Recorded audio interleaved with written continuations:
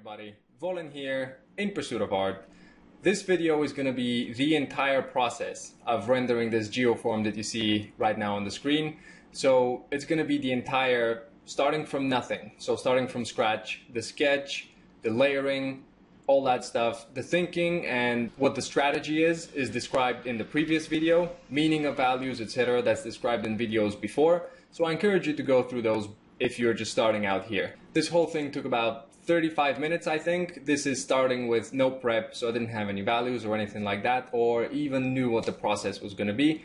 So 35 minutes total. I've left it unedited for you so you can see when I pause, when I make an error somewhere, when I decide to do something, you're going to be able to see that. This isn't done out of laziness. It's done so that you know that when these tutorials are made and when people make them, it's not that they have all the answers and they're just doing everything on the fly.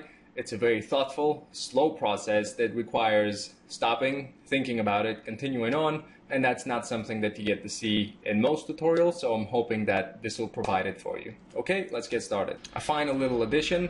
After this one is a third video coming up in which the process of just the actual gradation building is slowed down, so then you get to see how that touch of realism is added through the use of gradations. So this is the entire process sped up so you can see how it goes, and then in the next one we take it slower and I'll get to show you how those shapes are refined and made to look realistic. So this is the video and I'm going to be speeding it up and slowing it down. You can see the actual speed in the upper right corner right now, so you can judge how much faster this is going. It took about 35 minutes, roughly the entire thing. So I'm going to be walking you through the process now, and I'm going to have to apologize also. Apparently Camtasia's just freaked out at some point and had a seizure on me, and it's just captured my brush tip as being huge about 80% of the video in, and it's just kind of stayed that way afterwards. So things are still going to change, but you're going to see a huge brush cursor at some point. Sorry about that. Camtasia's just done something stupid and I didn't find out about it until now. So what's going on right now is I'm just blocking in that shape at first. So the sketch, even though it looks incredibly crude, and I used to think that stuff like this is like incredibly simple and useless, and that's not how I should work. I should just do shapes or paint or whatever it is. It looks very complex, but the more that I improve, the more that I see how valuable this stuff actually is. So at the moment I'm just blocking certain things in. I already can see that the shapes are kind of distorted, so you can see that diamond shape in the center. If I'd gotten that correct, everything else would have fallen into place, but again, I kind of wanted to just leave it like that so you guys know what to focus on and what not to focus on. You don't need to get everything perfect all the time. It's okay for certain things to be off. If you are practicing accuracy, do make sure that you do as best a job as possible, but I just wanted to show you that it's not really critical. So I'm interested in the values in this study. It's a value rendering essentially, and I'm going to slow down a little bit over here and just walk you through what I'm doing. So you can see my brush tip is huge, and I always like when there's a large plane to render, or even with the smaller ones, I always use a larger brush than what you may imagine you might need. So I don't like small brushes because each one is going to leave its own mark and I'm going to have to blend it with the ones around it. So I use a huge brush, and I also change my opacity all the time with the number keys from 1 to 0. If you press one of those numbers, it's going to reduce your opacity to that number. So 5 is going to be 50, 0 is going to be 100%, 1 is going to be 10, and I'm constantly using that to vary my opacity. Rotated the canvas. If you have CS5 or above, if you press R, it's going to give you the rotate tool, and you can just change your canvas for strokes that may be a little bit uncomfortable. What we have so far is we have the ground plane sort of established, and if I just slow this down for a little bit, you don't need to get things perfectly from the start. So it's okay if this thing is kind of off and then later I get it to be correct. So it's okay if it's off at the moment. It's okay if something goes in and it's not the exact right value, it's not the exact right shape. You'll probably end up seeing more. You'll probably end up seeing more as you go.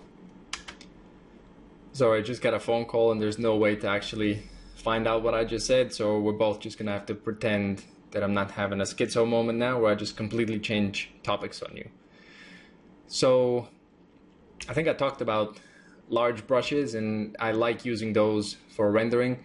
You can see I just put in some noise on my brush, because if you zoom in, there's actually some banding on the 3D render, and that's what I was looking at, is that gradations seem to have a choppy quality. You can just see it right now. There's a lot of different weird transitions going on there, but the reference has it too, and it's just really computer graphics, and banding seems to be a pretty common thing that happens. I don't know why that is, but you can soften it with using some noise. You can get rid of some of that gradient banding, and if you don't know what gradient banding is, don't even worry about it. I've left this video, meaning that you will probably worry about it later on at some point, but for now, just focus on actually getting values and all those stuff, and it'll be a problem that you have to tackle later on. So I've left this video unedited, so you can see at some point I'm stopping, I'm kind of rethinking about what I'm doing. I had to figure out the whole layering strategy and everything that I've shown you already. I had to figure that on the fly as I'm going. So at some points I slow down, at some points I wonder what it is I'm going to do next, and it would have been easy enough for me to edit those out, and it's not laziness that prevents me from doing that. I actually would have preferred that I put them out, but I'm hoping that by showing you the entire process, I'm not just showing you like this perfect thing that's being executed from beginning to end. There's a lot of little things that happen as a byproduct of just looking at mistakes and just improving later on. So blocked in after I had my sketch put in properly, or as best as it would have gotten, I just blocked in the overall shape like we talked about previously. Then you can see in the layer stack right here at the moment, I have a layer for the entire shape. And right now I'm thinking, how am I actually going to overlap all those creases? So I came up with the idea that I'm going to bleed every shape into all the shapes around it, and then each and every shape is going to cut into the edge of it. I think a lot of people very often approach painting like it's supposed to be something simple, or it's supposed to be like this carefree, enthusiastic, emotional process. There's a lot of thinking that actually goes on. This is me thinking right now. So this is the video sped up at 3 times the speed. I think there was at least 1 or 2 minutes that I was just sitting there and thinking, how am I going to overlap these? What's going to be the best thing to do? So there's a lot of logic and a lot of strategy involved with all these things. That's not a bad thing. It's not supposed to just flow out of you. If it did, then it would be the chosen few that can do it, and then everyone else is just kind of stuck just because they weren't born with it. But really, it's a lot of strategy, a lot of thinking. I like thinking of it as playing chess.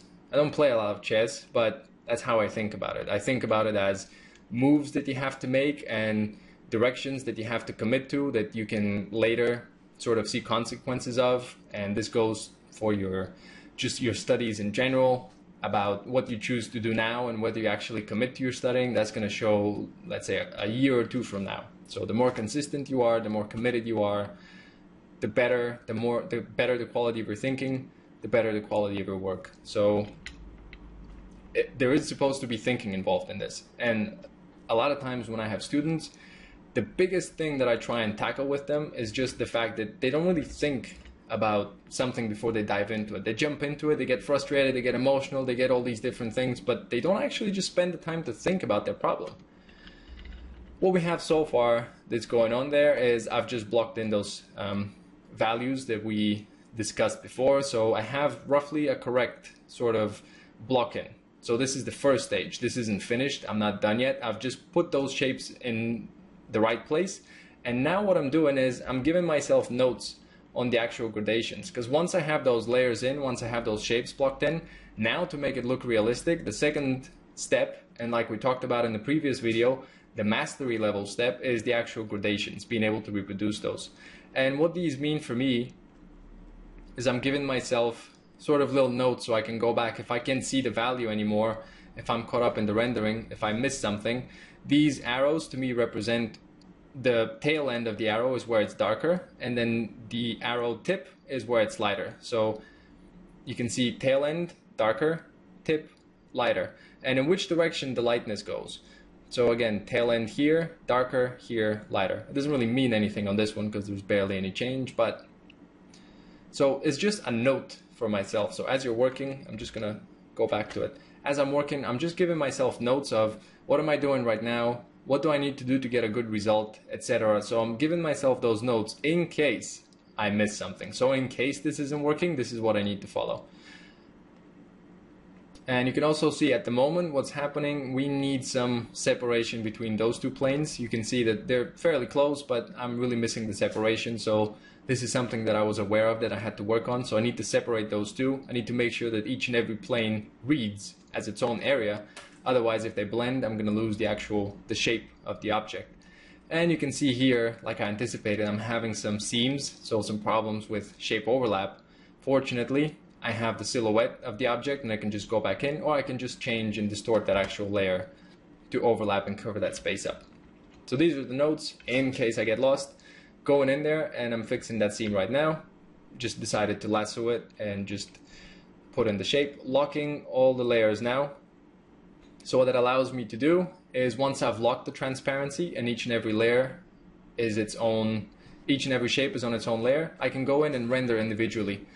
So I've started with this shape here, and brush cursor is gonna turn weird, like I said before, but you can see a really huge brush at first to just sneak in on that gradation, like I said before. So I start with the lighter tone, which is about this value, and then I just sneak in on the edges to just put that darker in, because it'll be easier for me to put that in rather than to try and put a lighter shape in between darks. So just constantly trying to strategize and figure out what's the best way that I can do this thing. So large brushes, and I try to actually get that little bit of weirdness over here, try to get it with a chalk brush. Right now I'm finding a seam as soon as I've sort of outlined those darker shapes. I'm finding a seam right here, so thinking about how to fix it, and yep, this is it. So sorry about that, guys. It's Camtasia, but that's, I guess, how the brush is gonna stay from now on. But I'm still using those same things that I talked about. I'm using a large brush and just going in there, and you can actually see the brush cursor change as I'm resizing the brush. So it's always bigger than the shape that I'm rendering in. Again, I'm really sorry about this, but that's the only video I have, is just how it's recorded it. So going in here now, this is the shape I'm working on, and just from this base value, just sneaking in the darker part of it. And next one I'm going to work in now, it really doesn't take a lot. It doesn't have to take a long time. A lot of times people actually sort of freaked out when something that they thought, because if your work takes you hours all the time and you get into the habit of thinking that the more hours you put in, the better, when people sometimes see stuff being done a lot faster, they freak out. Like, I'm not used to it being that fast. It should be slower. It doesn't have to be. It takes as long as it takes until it's right. You can see this top one I've just put in, but without that band. That band was kind of just an extra bonus challenge, is that to put in a darker value on top of this lighter value. And what I decided to do, that you won't be able to see, is that I decided that I'm going to try and just put it in one stroke. So you're going to see me later on. First I decided 2 strokes to try and do it in 2, then I thought I'll try it in 1 stroke. So having something that may be simpler for you, but trying to figure out how to do it in a harder way, you can improve from anything. It doesn't matter what studies you do. You can always tailor them to your skill. There's nothing that you can't make challenging. You just have to constantly be looking for what's the next thing that you could do. Working on this shape at the moment, and really, if you just mute me, so turn the sound off, play this thing over again, and just go over the different things, that just see how the shapes are getting filled up. Even if you can't see the brush cursor, that doesn't really matter. I'm not using a different brush. All I'm using is what you got to see anyway. It's just the basic round brush, slightly larger than the actual shape, and just a few dabs of it to just reproduce the gradation. Because if you look at these, they're very simple. This is this tone overall. If I just fill the entire shape with this tone, if I just do that, then all I need to do is just put in that slight little edge of darkness. That's all. This one here, this little shape, all it is just this tone plus a little bit of dark. This darker shape, it could be this lighter tone with just a little bit of dark in the corners. That's all. It doesn't have to take a lot. Moving on, now I'm on this shape, and I'm just putting that in as well. You can see, like, just if you go back by about 5 or 10 minutes of the actual study, so in the video probably about 5 minutes back, you can see how much more realistic this is now compared to what it was before, just because of those gradations. That's literally all it takes for realism, is just to have those gradations in there. So we're almost done at this point. Like I said before, I'm just having a look at everything and thinking. So this is all, the entire process is still there. I'm gonna have, this is now where I'm gonna try that line a few times, looking at the reference, comparing, so it's lighter here, darker there, and just trying it with 2 strokes only, and then trying it with 1 stroke only. So you're going to see me do this over and over, and now it's just 1 stroke, trying to get it done with 1 stroke. Slowing down, going faster, pressing a bit more on the stylus or a bit less, just sort of like a challenge. Like if it's too easy, if you find the exercise too easy, just try it in a harder way, and you're going to find something to learn. That might have taken me 20 seconds to do, but from it I found that I can improve my brushwork a lot. Now this is something that we probably don't do very often, is I turn off the reference and actually work on the study only. And this is because the study is going to be viewed by itself. If you're posting this somewhere, you're not posting the reference plus the thing, you're posting the study. And a lot of times what we forget to do is to work on the study only. So I'm just putting in final touches. You probably won't see almost any changes really from what it was like before. Those final 5 or 10% of just polish. I'm only looking at it, trying to evaluate which planes could use a bit more light, a bit more dark, make sure they read, trying to make it more 3-dimensional, if that's even possible. Trying to make it more 3-dimensional than the 3D object. And we're getting closer to the end, I think. Really sorry about the brush cursor again. Gonna do more demos for you guys later on. Making sure the cast shadow is in there, the banding remains. It's not really a big problem for me at the moment. And it's also in the reference too, so it's always a good excuse. And that's really it. Nothing's gonna change from now on. It's just minor tweaks here and there. But what's done is what's already there. From now on, I'm probably spending more time just ruining it. Actually, this is the stage where I did ruin it. So I went back, like I'm gonna just do a lot of undos. So you get to the point with the studies where you've done the actual work, and then how do I make it better? How do I make it better? And then you end up making it worse. So that's when you scale back and okay, like that was too much. I went in the entirely wrong direction trying to fix it. So sometimes you need to know when to just leave something and step away. And that's it for the demo, really. Sorry again for the brush cursor, no way around that.